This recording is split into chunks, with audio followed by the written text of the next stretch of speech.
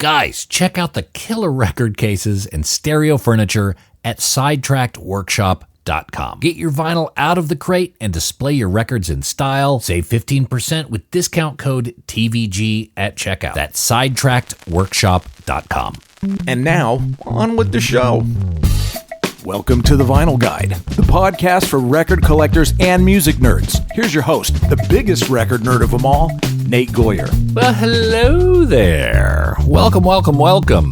Episode 454 of the Vinyl Guide podcast? That doesn't sound right. 454. God, gee, man, we are cranking these out. The podcast for record collectors and music nerds.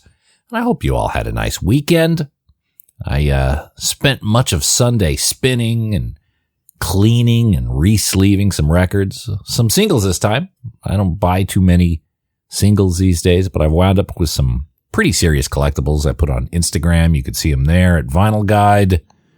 I recently rehomed them in one of these archival barrier box for singles I got from Bags Unlimited, which I honestly can't recommend highly enough. These boxes hold about 75 singles. They're stackable.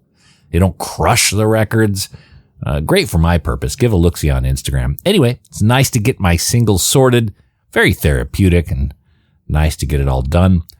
Anyway, today, dear people, we have two guests, two brothers, the brothers McDonald, Jeff and Steven of Redd Kross, who are celebrating the year of Redd Kross, apparently 2024. Lots of Redd Kross stuff happening. There's a new double album. And you can get the special red transparent version at intheredrecords.com. There's also a new documentary on Redd Kross, Born Innocent, which you can Google the trailer up, and a new tour, which is always great news. More can be seen, had ordered at reddkross.com. That's REDD, cross with a K.com. Now, for those of you new to Redd Kross, let me just say, I absolutely envy you. Discovering Redd Kross is an absolute pleasure. From Neurotica to Phase Shifter, to researching the blues, and the new album is again a wonderful addition to the catalog. But equally as fascinating are their early days, growing up in the punk scene in Los Angeles at ages 12 and 15, being mentored by Black Flag, getting signed to Posh Boy, and releasing a record years before they could legally drive. It's an incredible tale, and we walk through some of the highlights today, including meeting some various Beatles, collecting records, their experiences with police brutality, playing the infamous Pollywog Park show with Black Flag, all the way to modern times. What's happening with the tapes? Will there be remixes of Redd Kross albums? Lots of music nerdery in this one, people. I hope you enjoy.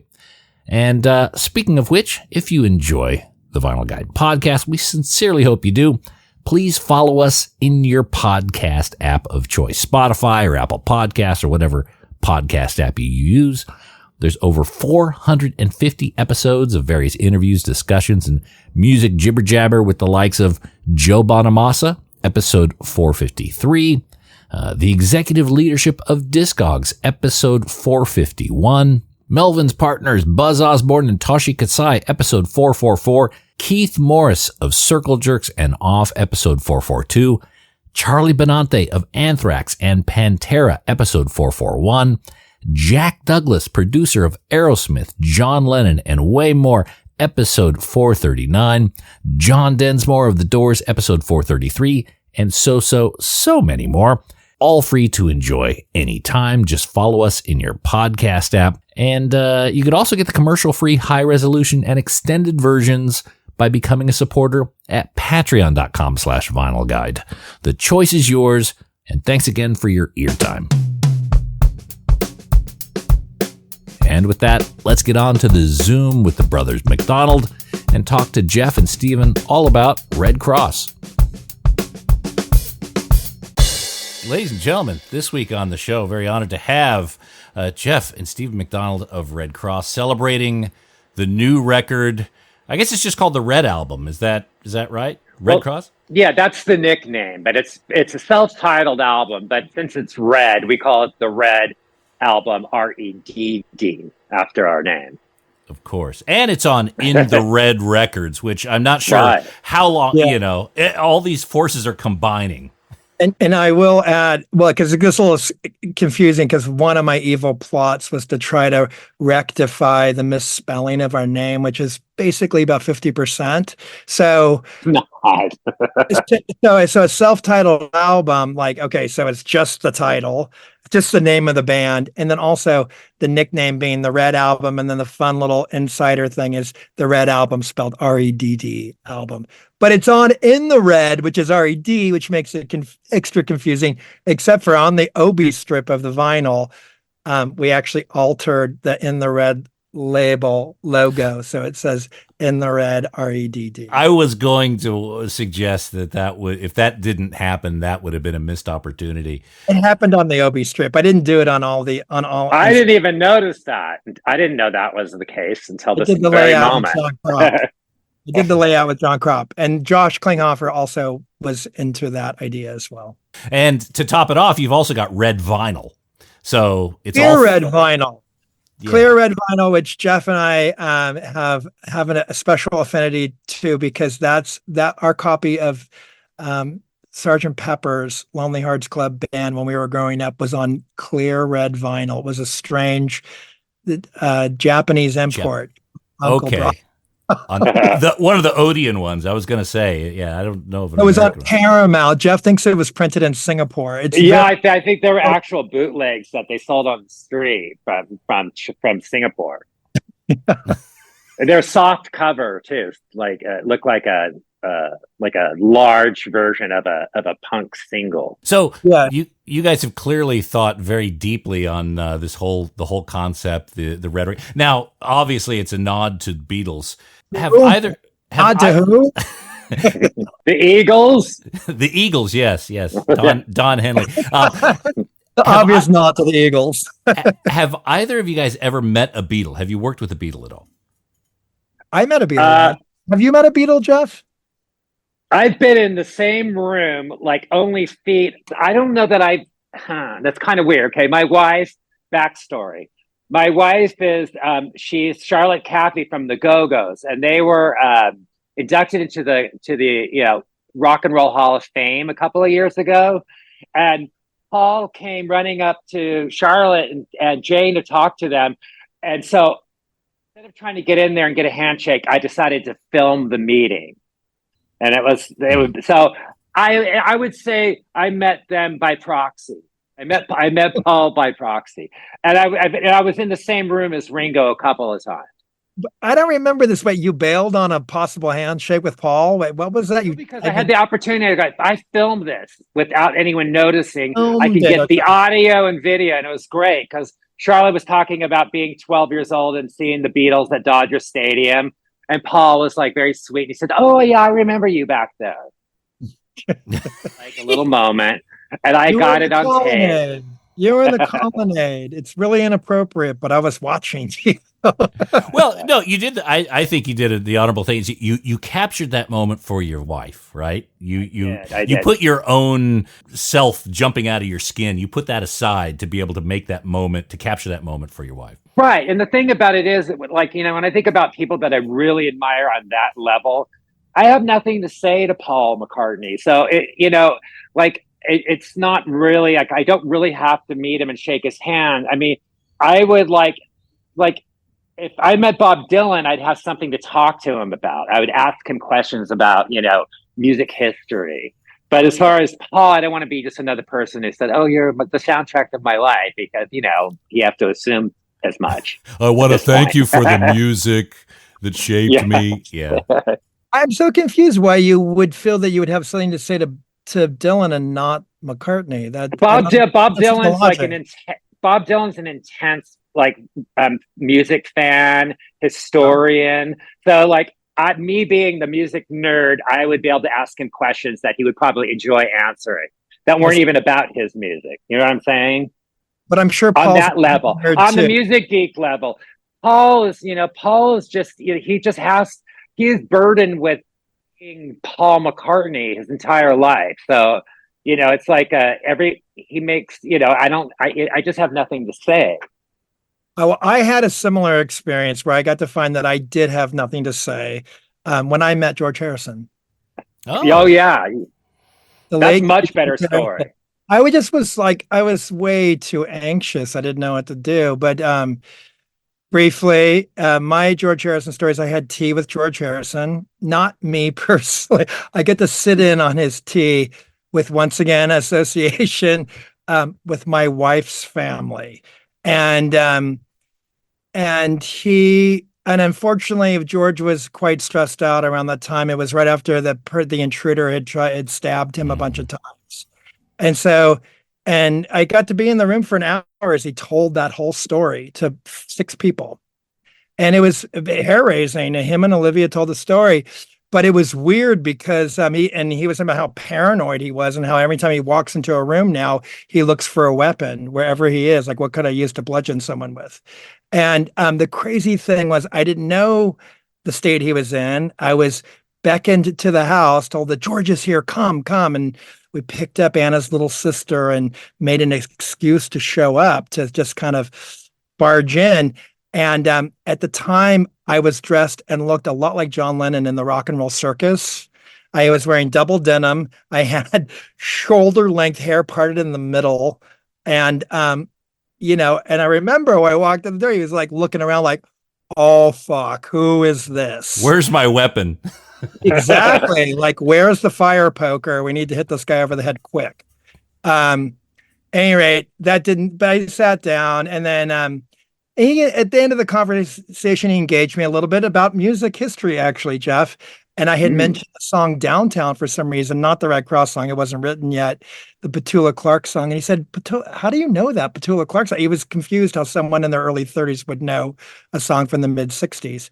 And then at the time, Redd Kross was on hiatus, and I wasn't feeling like that much of a musician. And what I should have probably said, which might also be a lesson to you, Jeff, should you ever talk to Bob Dylan, was I said, oh, I don't know. I guess I'm a bit of a rock historian. He didn't like that. Rock historian turned him off. Yeah, but I don't think you get where I'm coming from with Dylan. Dylan's like, it's like a nerd type thing. It's like Petula Clark. It was pretty nerdy. No, it's a specific type of history, musical history. And then the only other fun thing I'll say about my meeting with George Harrison was that he was also engaging Anna and I about our personal lives. And at the time, we were trying to buy a house, and we were dealing with geological reports, and it looked like there could be a fault line under our house. Because they're always very incomplete, and we were a little nervous about it, and we were nervous and young, and of course we were nervous. And he said to us, oh yeah, just blow it off. Which we didn't. We didn't follow his advice, and it was the best thing we ever did for our life was to buy that house. So I always like to say that George Harrison gave me bad real estate advice. Well, we're clear that's not his strength anyway. So now, obviously, Beatles, Beach Boys, being from Hawthorne, big. The one thing I've never heard you guys talk about is Zappa. And Steve, your mustache, your facial hair is kind of reminding me that yeah, exactly. Now, do you guys have an affinity or moments even in the Zappa universe? Well, only we knew his children. There's another Hollywood answer for you. But yeah, everyone knows his kids. I don't know. I am still a huge fan of the philosophy of Frank Zappa. His book and every interview and his take on everything, politics. I couldn't agree with him more on almost everything, except, I like some Frank Sinatra music. I like some Frank Zappa music, but I have never committed to it. I have yet to go there, but there's still a chance. Who knows? With Frank, I would say I love that he gave Alice Cooper a chance and recognized the bizarreness, weirdness of them, and then also Captain Beefheart and all its cool. Yeah, Zappa was cool as it could be. But like the sort of jazz fusion-y, tons of notes. It's a lot to take in, and I've never really done it. But he loved he appreciated the Turtles and getting Flo and Eddie to sing with them. And then also working with there's great footage online of him at Bullock Sound in Inglewood working with the Ikeettes, and it's badass. It's amazing stuff. That was for the Apostrophe album. I guess I know more about Frank Zappa. But in terms of like being a diehard, Ruben and the Jets fan or so, I don't really know a lot of that stuff. And so I don't know what to say. All right. Well, fair enough. Look, I think that kind of starts to go into the records that you were exposed to early on. And it sounds like, you guys had this amazing record collection from a very young age. What are your first memories of collecting records or getting music into the house? Well, records were really expensive, like the initial music that both of us listened to, would be like our aunts and uncles who are like, a few years older than us. They had albums. So when we went to visit them, we'd listen to their records, or like our babysitter's record collection. And then when we started buying our own albums, records were like, I think in like early 70s, like the early 70s, if you buy like a record from like the local drugstore, it was like $6. So when we finally found a discount record store in our neighborhood, it was $2.99. It was the first time I was able to afford an album actually on my own. One of the first times, and it was David Bowie's Hunky Dory album. And how did you make that choice, Jeff? Why did you choose? I was a fan of. I was a childhood fan of David Bowie, but but David Bowie was not famous in America at the time, and people who did know him were like freaked out, and like the kind of hippie people that worked at record stores were really turned off. Like here I am, like 11 years old, buying Hunky Dory, and the kind of like. You weren't 11, Jeff. You bought that record like in 1972. You were like 9 years old. So 9 years old. But the woman, I remember, she kind of looked like a gypsy hippie, and she looked at me like I was trying to purchase pornography. So, like this revisionist history that people have with like Ramones and Bowie and all these things. We had to like eat a lot of shit for many years liking those people before the rest of the mainstream caught on to them. That's really interesting to me because as a young kid, I imagine, I know, and I think back when I was young, there's a real strong force to assimilate and to try to be normal and to try to be like other people. But it doesn't sound like you guys really had that as much. You were kind of fine to be forging your own path very early on. Is that fair? Well, the thing about it is music was such a big thing. So like I learned early on, the freakier that like a group is, the better I like them. So it enabled me to stumble into a lot of weird things. So, I mean, that's how I discovered New York Dolls when I'm, 10, because I was just looking for weird stuff like that. But as far as trying to fit in with people as a kid, as 10, 11-year-old, when I first started buying records and going to concerts, I was trying to be normal. I was trying to fit in, but my musical taste had nothing to do with what other people were into. No, for some reason we were just like, we had access to some of the weirdest music available at the time via, babysitters and uncles and aunts. So, that kind of colored, our path. But I get the point, the way he's driving at, sort of this idea that like you didn't use music as a way to ingratiate yourself with another crowd. It was more, and you just said music was such a big thing. I think you meant music was such a big thing to you, and that you were very interested in how it made you feel, what you liked, and you just pursued your own desires with it, your own muse. It wasn't but I used to try to turn kids on at school, like onto the music I liked, until I gave up. I mean, there's two things I remember, like bringing Magical Mystery Tour to kindergarten. We were allowed to bring records, and the teacher told me we will not be playing this, and I had no idea what she was talking about, but she seemed very offended. And in 6th grade, I brought Ziggy Stardust to school. sixth grade, and it kind of only one kid got into it, and no one else liked it. But the kid who got into it became, he later became like a big punk rocker and musician later on. So, there you go. So it's almost like you were a natural contrarian, even early. I wasn't trying to disagree with people just to disagree with them. It was just like, I always wanted to share the wealth, but it was like a bitter lesson to learn that sometimes like what you believe to be all encompassing, all beautiful, some people just would hate it, and it would be offensive to some. I mean, we grew up in the ages. In perspective. An early lesson in perspective. Everybody has their own. The thing is, it's just weird. It's like I always figured the music I was listening to was so great that all anyone had to do was hear it, that they would agree with me. And as a child, I thought that. And sometimes I would have a friend that would agree with me, but mostly no. I mean, that stuff, the music we listened to in the early days, was just.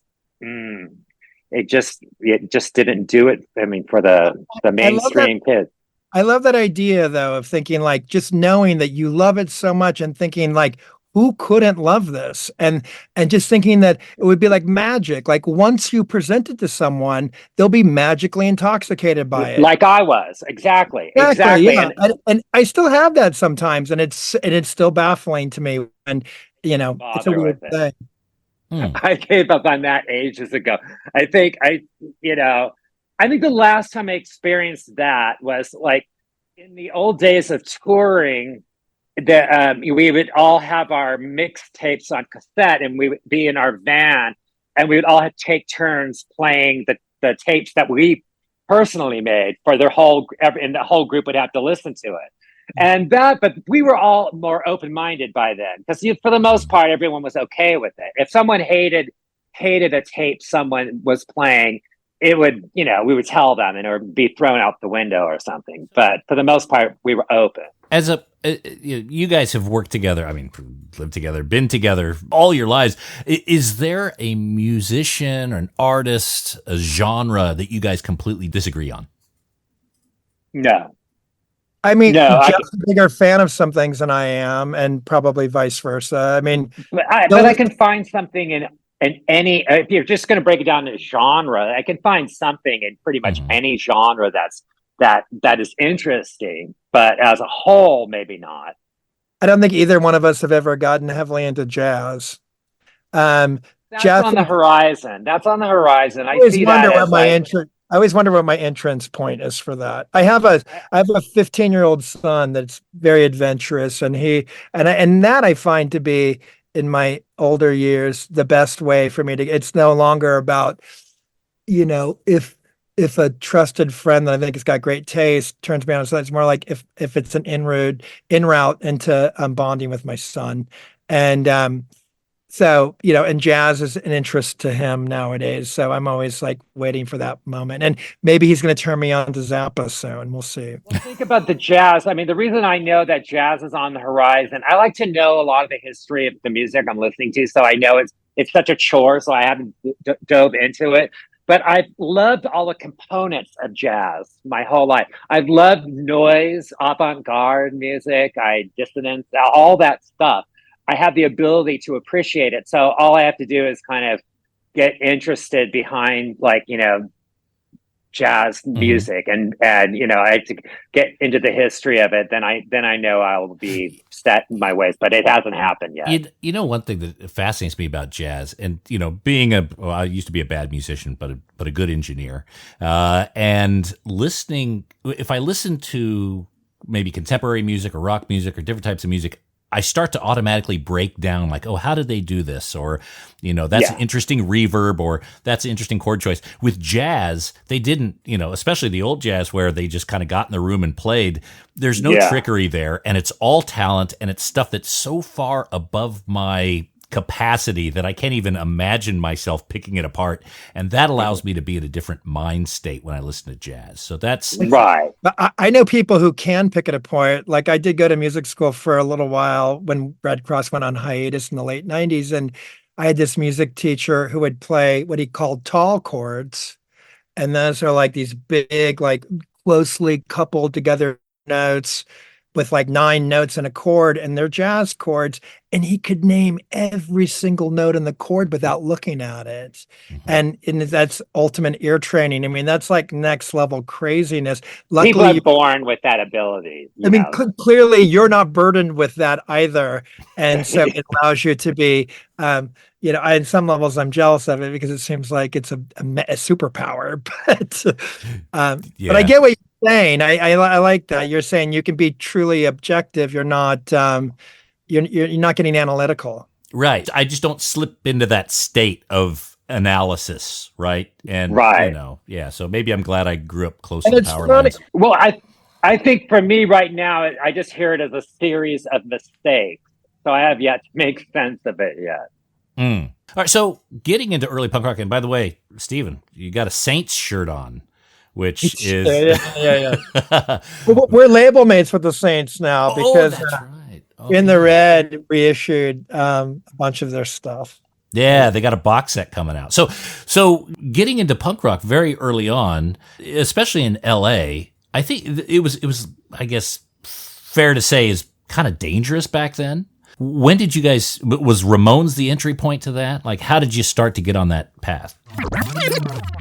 Hey there, all you record nerds. I want to tell you about BagsUnlimited.com. BagsUnlimited.com has a huge selection of vinyl record supplies. Whether you collect LPs, 7-inch singles, 78 shellacs, or anything in between, BagsUnlimited.com will sort you out. From polyline sleeves to cardboard record mailers to 7-inch storage boxes and archive quality record sleeves, protect your records of any size and shape at BagsUnlimited.com. Whether you have a small personal record collection or you're running a massive record shop, you can grab a small supply or even buy in bulk at BagsUnlimited.com. And they've got some really incredible, unique stuff. BagsUnlimited.com even has special size sleeves made especially to protect your box sets, storage boxes and sleeves for cassette tapes, protective supplies for reel-to-reel, and yes, even 8-tracks. Just go to BagsUnlimited.com, click on audio supplies, and prepare to be impressed by all the options they have. That's BagsUnlimited.com. So getting into punk rock very early on, especially in LA, I think it was I guess fair to say is kind of dangerous back then. When did you guys, was Ramones the entry point to that? Like, how did you start to get on that path? I almost think the Runaways are the Runaways first. Mm-hmm. It was like New York Dolls, Susie Quattro, Mott the Hoople, all that stuff led to the Ramones, all the kind of more like underground music. And then, but when Ramones, their first 3 albums and punk rock in Los Angeles kind of didn't really exist. There wasn't like this violent kind of suburban punk rock thing. It was more of a kind of an arty Hollywood, like there was probably 150 punk rockers in all of Los Angeles during the early days when when like Ramones first came to town and all that stuff. But definitely the Ramones were like they were the return to like rock and roll. It's like if you grew up in the 70s, you knew a lot of music got very fat and bloated, and to hear the Ramones kind of to return to that kind of meet the Beatles style of music, it was really refreshing and just incredible, but it's true, there was a danger, but ironically, the danger was the LAPD, and we were and we were present at one of the most infamous riots that started it all off. It was known as the Elks Lodge riot, and it was St. Patrick's Day, 1979, and it was a benefit concert for a club, the first punk club that had gone under, called The Mask. And the lineup was like it was X and the Alley Cats and help me out here, Jeff. Who was it? The Go-Go's, Zeros, and the Wyper. All the cool LA bands, yeah. But but the LAPD showed up in full riot squad, and there was nothing going on that required that. And then they stormed in the doors and just started indiscriminately bashing people on the head. It was, Little girls, even anyone. I was 12. My parents were out, our parents were outside in the car waiting for us, and they saw it go down. And they were really kind of it was an eye-opening experience for all of us, because no one had ever seen something like it was corruption. It was about harsh corruption, because there was no reason for them to do that. And early punk rockers had a kind of pre-Stay Out of Compton experience with the LAPD for a few years. It was not pleasant. Okay. Were there other 12 and 13-year-old kids running around, or were you kind of the youngest of the lot? I was the youngest, and then soon after there were some others, but there were other teenage bands, like the Adolescents were teenagers, and Social Distortion and Social Distortion were young. They were Jeff's age, but I was like the little mascot kid for sure. And it was especially weird because we were playing with Black Flag, and those guys were in their mid-20s, and they were like twice my age. And they were boozy and scary and lived in, borderline squats with mushrooms growing out of the rug. And I knew Chuck Tukowski, the bass player, when he used to be called Gary. And then when he started going by the name of Bukowski, I didn't know who he was referencing. I didn't know about Charles Bukowski yet, and so it was a heavy crew to be around. Raymond Pettibone, really awesome guy, amazing artist.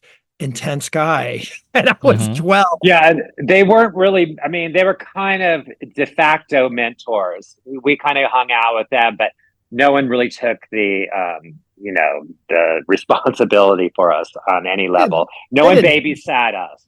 Yeah. Okay. But they didn't keep an extra eye out just to make okay. No. I think that they hid certain things from us, though.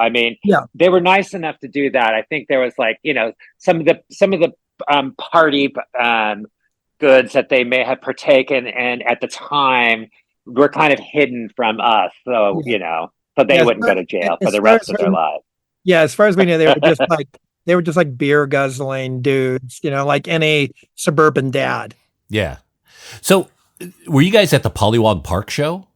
That was our first like sort of public performance. Yeah. Oh, okay. So you were on the bill of that. What are your recollections of that show?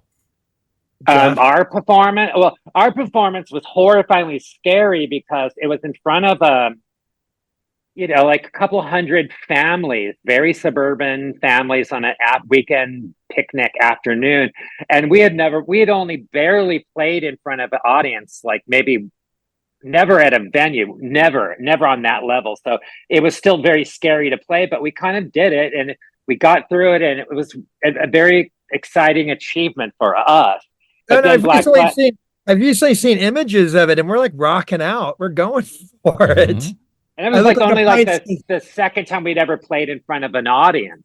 Yeah, when the first time went really poorly, we played at an 8th grade graduation party, and the crowd was heckling us and booing us. So, but this crowd was much nicer to us. It didn't turn into a riot until Black Flag hit the stage and Keith was cussing and antagonizing the families and stuff. And then it turned into like people were throwing their picnic baskets at them. Yeah, stuff. Since it was a picnic, people actually had tomatoes on hand to throw. Watermelons. Yeah. You mentioned Raymond Pettibone, and the first Redd Kross album, the one I think on is it Smoke 7 Records, had Raymond's artwork on the label, I believe. He doesn't loan that. He didn't give his artwork to that many bands. No. How did that come to be for Redd Kross? Well, I asked him, we were amongst when we were hanging out with those guys early on, there was only 20 of us total. And Raymond was always a really fun person to hang around because he was so bizarre and dark. And he was so prolific as an artist, and I loved his art so much. I just asked him, it was like before he was famous, and he had all these great pop culture, drawings of like Patty Hearst and Joan Crawford and people that we were really into, anyway. So yeah, he said, he gave me a few drawings to choose from. But shortly after that, he didn't Black Flag didn't really want him, you know, they wanted to keep him for themselves, or at least SST. You mean Black Flag didn't want him peddling his art to other people? Yeah, I mean, except for Sonic Youth and Off, but yeah, not a lot of people. He's done a lot of covers now. I mean, Black Flag has no say over what he does now. I mean, he's done a Red Hot Chili Peppers things before, or videos and stuff. Rebel against his. I mean, he's very mainstream. I mean, that's him. He's slumming it with the Red Hot Chili Peppers now. He's like in the high culture elite, the Basquiats, right? Yeah. Yes. So with those early releases, was there ever any discussion about, because there were other labels, there was SST, there was New Alliance, you were part of that group. Was there ever any discussion of Redd Kross releasing something on either of those labels? Well, we got signed before Black Flag was really releasing other people's records. We got signed to Posh Boy. It was one of the very first, second generation record labels in town. So we had a record deal before they did, essentially. Yeah, we did.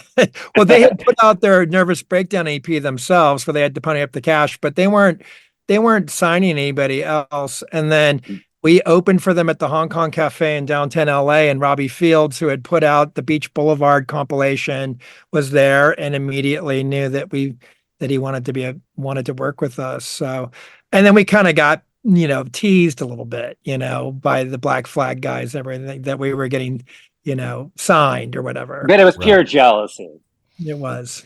Okay. And that the first appearance on record was the Siren compilation, if I recall correctly. Yeah. Is that right? Okay. Yeah. Now, as students of records, and you growing up, music is probably the most important thing in your guys' lives. Do you recall the first time having your music on vinyl? Oh, well, yeah, of course. I think that we were the actual record was delivered to us. We were at the Hong Kong Cafe at some show, and he just brought the records to us. So, like, going home that night, we got to listen to it on our own record player. And Stephen and I, we shared a room, and it was a BSR turntable, like crappy record changer. And it was just amazing. It was amazing to hear your own music coming out of your system. But it's always a mixed bag. I remember I hated the record cover, and we had no say over it. And we didn't like the other bands on it, but but it didn't last long, because I think the Siren's very rare. Our songs kind of took off locally, and so like it was quickly reissued as a 12-inch EP. Yeah, so the conversation was like, you guys were the standouts on the record, I assume, and then they just said, well, let's just package it. And the original pressing of that, it didn't even have a cover. It almost looks like a disco kind of 12-inch sleeve. It's like Robbie got a good deal on some 12-inch sleeves, generic 12-inch sleeves. Yeah, that was like that first pressing was we called it the new wave party sleeve or something like that, and then they finally made a jacket for it after that pressing eventually sold out. And then they made the very inspired original Redd album.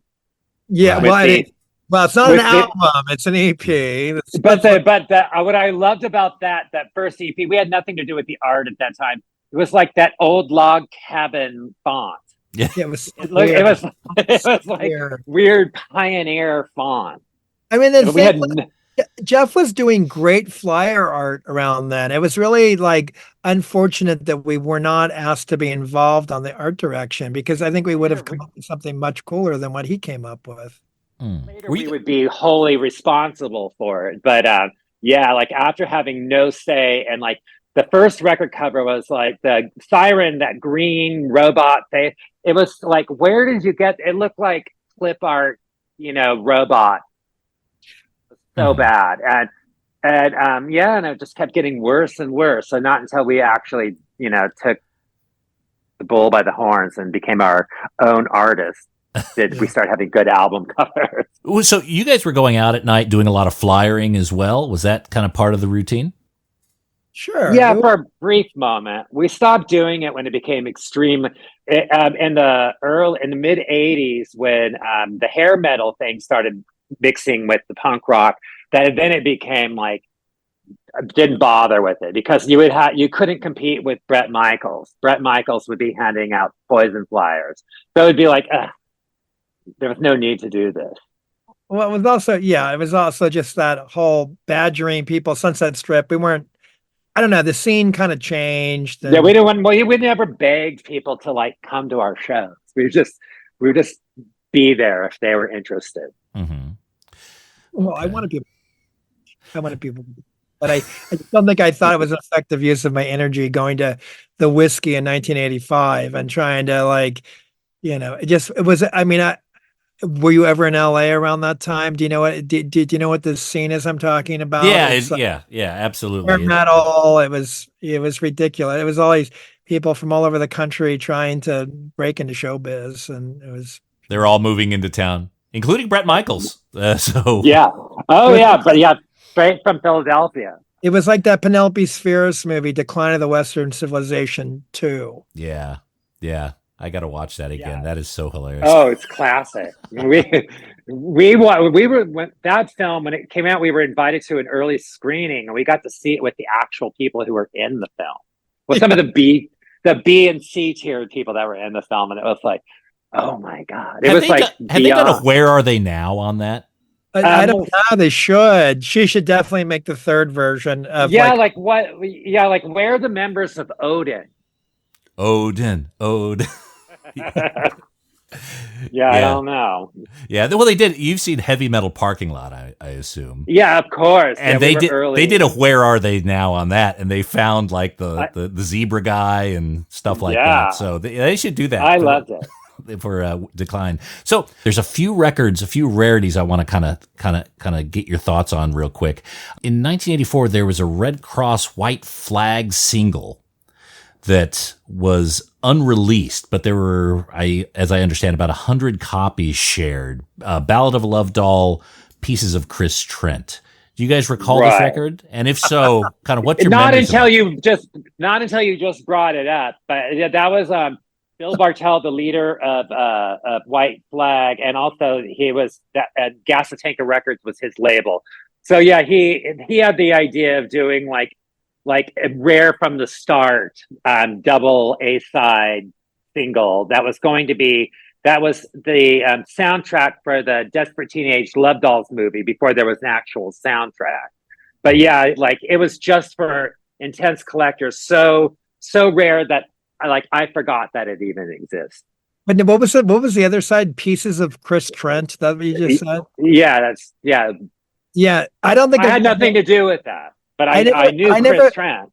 I never flipped it over. I feel bad. I've never heard that song, but I know the reference because Chris Trent was an actual person that we used to hang out with in 1979. In fact, Jeff got his first punk rock haircut the same day Chris Trent got his by the same haircutter. The same beautician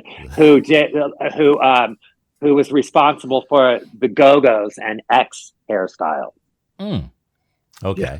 So early on, there was only 100 copies. It was never meant to be more than that, or it wasn't an aborted project I think it was a plain white label, right? And I think each label it was written in Sharpie. Yeah. I don't have it. Does it command big dollars now? I haven't investigated. They rarely come up for sale, but probably $400 to $500. Wow. God, I should dig in my closet. Yeah. You got a few of those. I wonder if Bill stashed a box somewhere.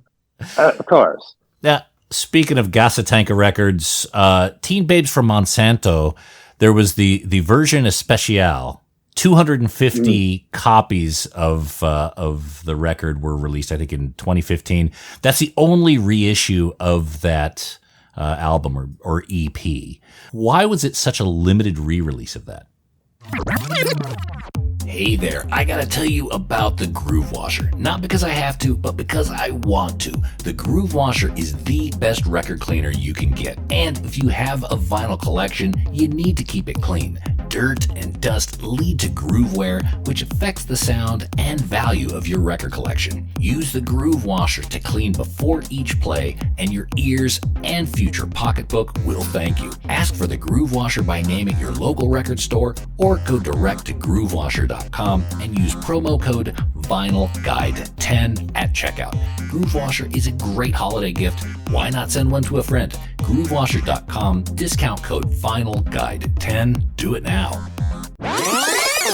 Hey there, audiophiles. If you're seeking stylish furniture to showcase your stereo and record collection, well, look no further than SidetrackedWorkshop.com. Sidetracked Workshop designs extraordinarily elegant record cabinets and consoles that add sophistication and panache to your music hobby. Handcrafted in the good old USA in the vinyl-loving city of Portland, Oregon, Sidetracked Workshop's designs are a music lover's dream. Made with real walnut veneered wood and brass accents, these gorgeous designs add class and taste to the record room and ship fully assembled and ready to enjoy. Just check out the designs for yourself at SidetrackedWorkshop.com. Look, you spend thousands of dollars on records. Don't keep them in a crate, and don't risk your records on those feeble wooden pegs from IKEA. Your music deserves the dignity of Sidetracked Workshop. That's SidetrackedWorkshop.com. Elegant solutions for the vinyl lifestyle. Teen Babes from Monsanto, there was the version especial. 250 copies of the record were released, I think, in 2015. That's the only reissue of that album or EP. Why was it such a limited re-release of that? Well, no, that the original 250 was I put it out myself because I was just into I wanted to design package, and I found some more covers that we had recorded through the years that went really great with that record. We owned it. So there was a 250, but then that was the first batch of reissues, because shortly after that, I changed a couple of the tracks and then put it out again and another edition, and then eventually Merge reissued it. So yeah, it was a record that we owned. We paid for it, and we were able to. It was one of the first ones that we just figured, we can just put this out ourselves, and it was just fun, kind of playing the collector's market. Mm. But the first 250 are the rarest ones. Well, and also any of them. I like the name of the record label. It's called Redd Kross Fashion. I love the label of Gasatanka, the Casablanca homage. Yeah, that was Bill. Bill. What his idol was? What's his name? The guy Neil Bogart. No, Bill Inglot. I mean, not Bill. Neil Bogart. No, but the Kiss's manager, Bill Coyne. Bill Coyne, okay. And yeah, Neil Bogart. That's where his muses, I guess. Well, the guy pumping the gas on the Gasatanka logo probably looked a lot like the Mustache Man from the Village People as well, or like an obscure Tom of Finland character.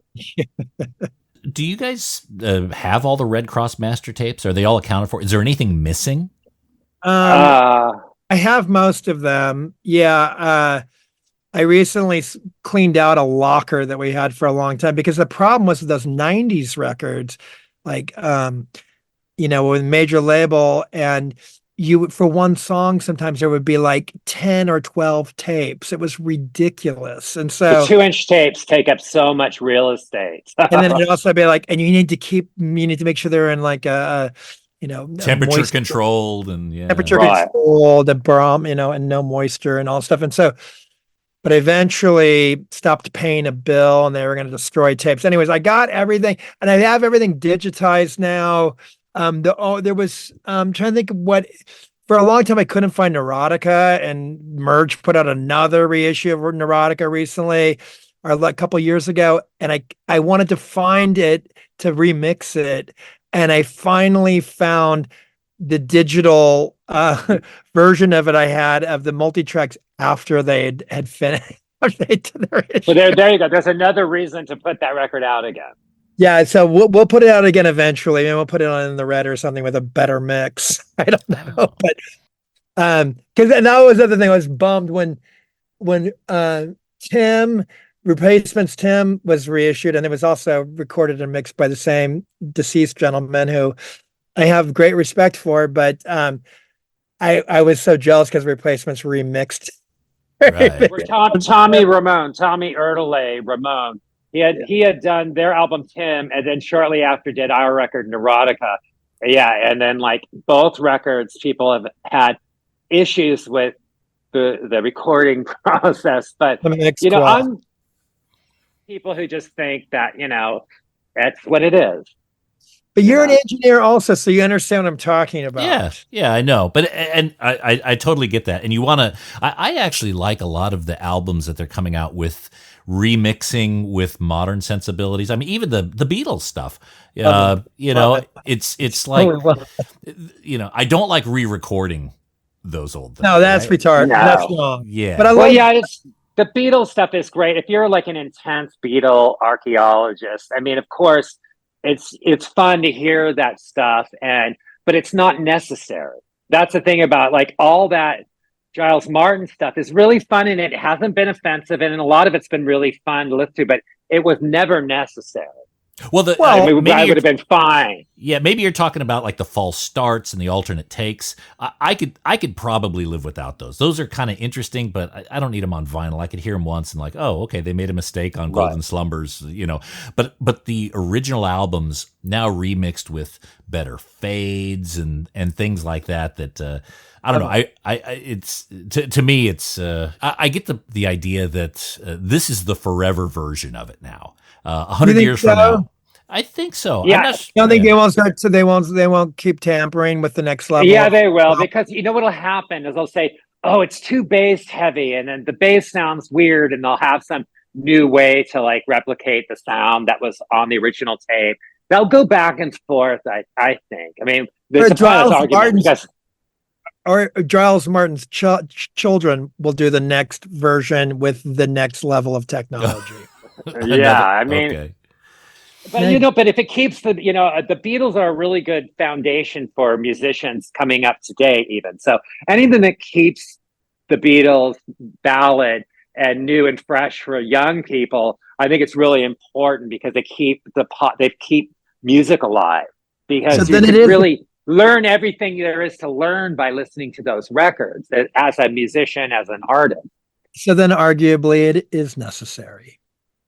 Yeah, I guess you're right. I mean, I like them. I enjoyed listening to them. I enjoyed the White Album, the new White Album with more bass and or cool. Just all of it. I mean, like the fact that they were taking those records that were 4 tracks and they were actually able to somehow get the original performance, even though it had been bounced together with other performances, and then separated into 24 tracks or however many tracks were on there. And then AI that does it. You can have complete control over individual instrument balances like a modern record it's magical. Is that a good thing? Well, for certain in the right hands. Yeah. In the right hands, I think Giles Martin's hands were great for that, Well, I mean, that was obviously it was passed down to him. He was the person that was, pretty much one of the few people that I would think could do that. I do like your theory that they're potentially the forever mixes, and that would be great too. But I also like this idea that we're always going to market the Beatles to the next generation because it's a great story. It's a myth for all of us. And it is not just about the music, but it is the music too, and I don't know, there's an important story being told with it. And it's history, culture, approach. And, you learn say you're a young musician and you're getting into the Beatles, and then you wonder what turned them on, what were they into? And then it makes you go searching out Little Richard and Elvis. And then you go back further if you're more interested. So it keeps contemporary music alive, I think, non-classical music. Their ability to peel apart those drum parts, like you said, Steve, they bounced all of Ringo's bits together onto probably one mono track. They now have the technology to peel them apart. What I'm waiting for is someone to do that to raw power. because they can do that now. they can. Yeah. And that mix, as you know, it was a mistake that it's all kind of on 1 or 2 tracks now. So now we have the power to be able to pull it apart. I'm waiting for someone to really do that. Well, there was the Iggy remix of Raw Power in the This is another record though. Okay. I don't like to be the purist here, but I'm going to have to say, let's hear it. Yeah, like the first, when I hearing Raw Power and getting really into that album, when I first heard it, it was like the sound of a migraine headache, but it was like pleasure, but it was pleasurable, but it was like, I couldn't believe what I was hearing, things jetting out, not being able to hear drums that you expect to hear loud and guitar solos and Iggy screaming. Much later, I mean, it wasn't like a decade later, there was a remix and I could not deal with it. I could not deal with it. I thought it was Iggy did a remix sacrilegious. But the Peter Jackson Raw Power mix would maybe be interesting. Jackson. Because even Iggy still had to deal with all the drums being on 1 or 2 tracks.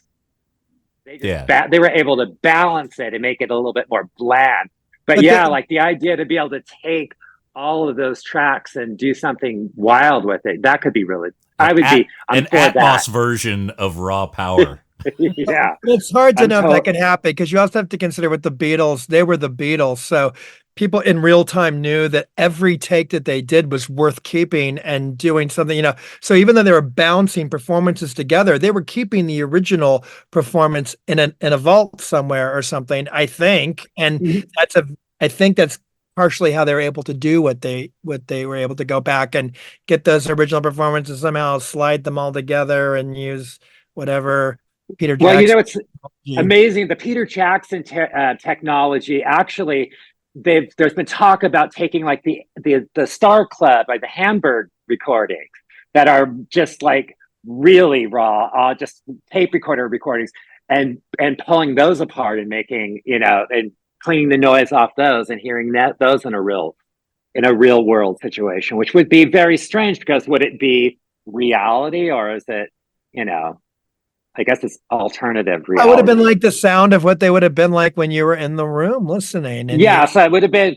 it's the idea of the sound of what it would have been like, but not the actual sound. It would be getting you closer to what that experience was like. And I'll tell you, I've visited the Cavern Club, and I know it's a facsimile. I guess it's like, have you been? What's the name of that street in Liverpool? Matthew Street. Have either of you ever been to Matthew Street? Well, there's a great. You can go down to the cellar, and I think the actual cellar that the Beatles played in got filled up or something in the 70s. It's like next door. But it's part of that same tract of cellars, and they redid it exactly. And when you walk in there, and I mean, I guess it sounds like nostalgia or whatever, but I mean, it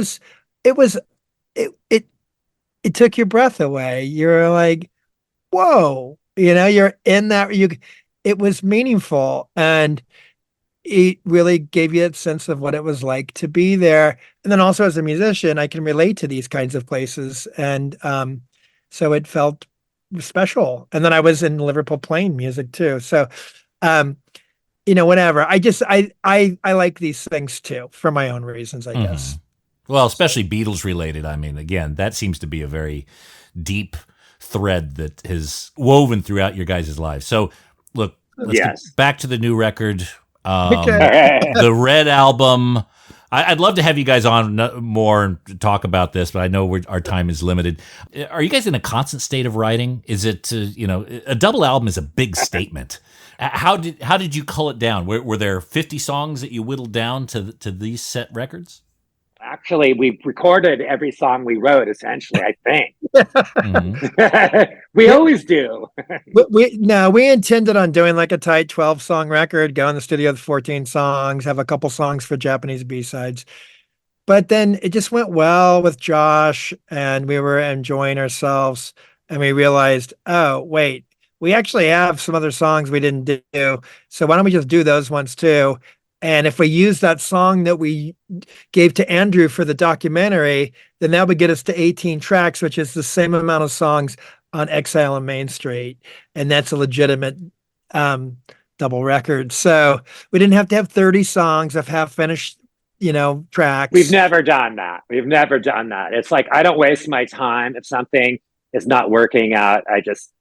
We don't have spare songs, spare parts. Yes. What do you mean? Sure, songs. You have spare parts. We did some searching for your spare parts. But I always, when I would sit down and write, I would write a part and just leave it, forget it, and then stumble upon it 10 years later. Or bring it to your little brother, and say, "Do something with this." but we never wrote like a lot of extra songs. That's another thing. The problem with CDs, I didn't like bonus tracks because I think they throw off the artist's intent.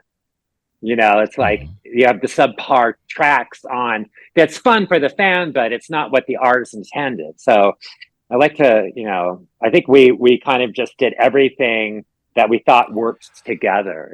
Do you still think, like, especially when sequencing a record, you think of Act 1, Act 2, Side A, Side B, how they flow together? Yeah. Like how in depth do you guys go? Do you even like debate, argue about it? Oh totally. Yeah, a major argument. We had some debates on this, but I think Stephen and I, our sequences were much closer than our producers. Our producer had a much wilder sequence plan. But yeah, I think of it like a play or a movie, even though people rarely listen to albums as a whole experience. I grew up listening to it, so I always want to at least give it that as an option. Yeah, I guess I've always recognized Redd Kross as an album band. Like it seemed that you guys didn't really think in terms of singles. Not that you didn't release them, but I think you guys were always thinking of a larger body of work than just a 3-minute in there and out of there. Right. Well, we always took it song for song, but record albums, I always prided the fact that most of our records were anywhere from 29 to 33 minutes. They were just like exactly the same length as a Byrds album or something. I could, our albums like were baffling to me. But this record here, even though it's an hour album, it's a double record set, I think that it's kind of broken up into the proper pieces, So it is a fun experience. It ended up really varied. I think it's a pleasurable listen. Like I think there's enough. It's not, there's not like a salsa and then a reggae jam. We're not trying to like please everybody, but at the same time, just within the parameters that interest us, it has a lot of different dynamics, mood, tempos, sounds that I think, for the listener, it won't become tedious. Mm-hmm. Well, I've got the digital files. The album sounds fantastic. And the one thing I've always noticed about Redd Kross albums is, it doesn't get derivative. Each one kind of goes somewhere further. And this album, even further in a deeper creative space. And the fact that it's 2 albums and you don't get tired of it is, testament to, I think this is a big statement for the band. Thank you. So I can't wait to get my Red Clear vinyl, which should hopefully be delivered soon. Guys, and I want to be respectful of your time. I'm going to start wrapping up. Is there anything you want to talk about we haven't talked about? Well, I really miss Australia, so we're hoping we'll see you in person.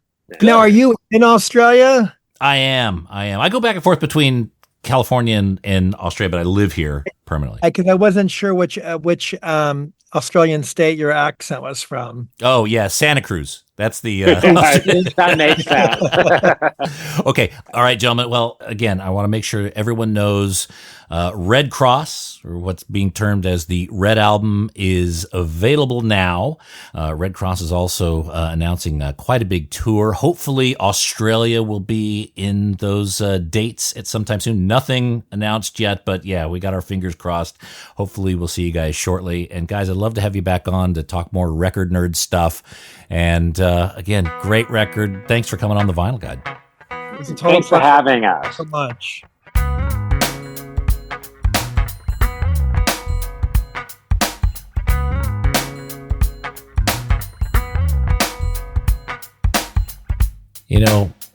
what I really enjoyed most about that interview is just hearing them both interact and go back and forth. And just hearing them do that, two brothers being so close, it's almost like they communicate like twins, right?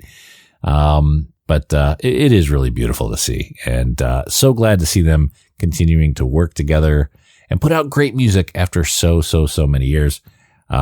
The Redd album, or just simply Redd Kross, available at intheredrecords.com. And of course, the tour and the trailer for the Born Innocent documentary are available at reddkross.com.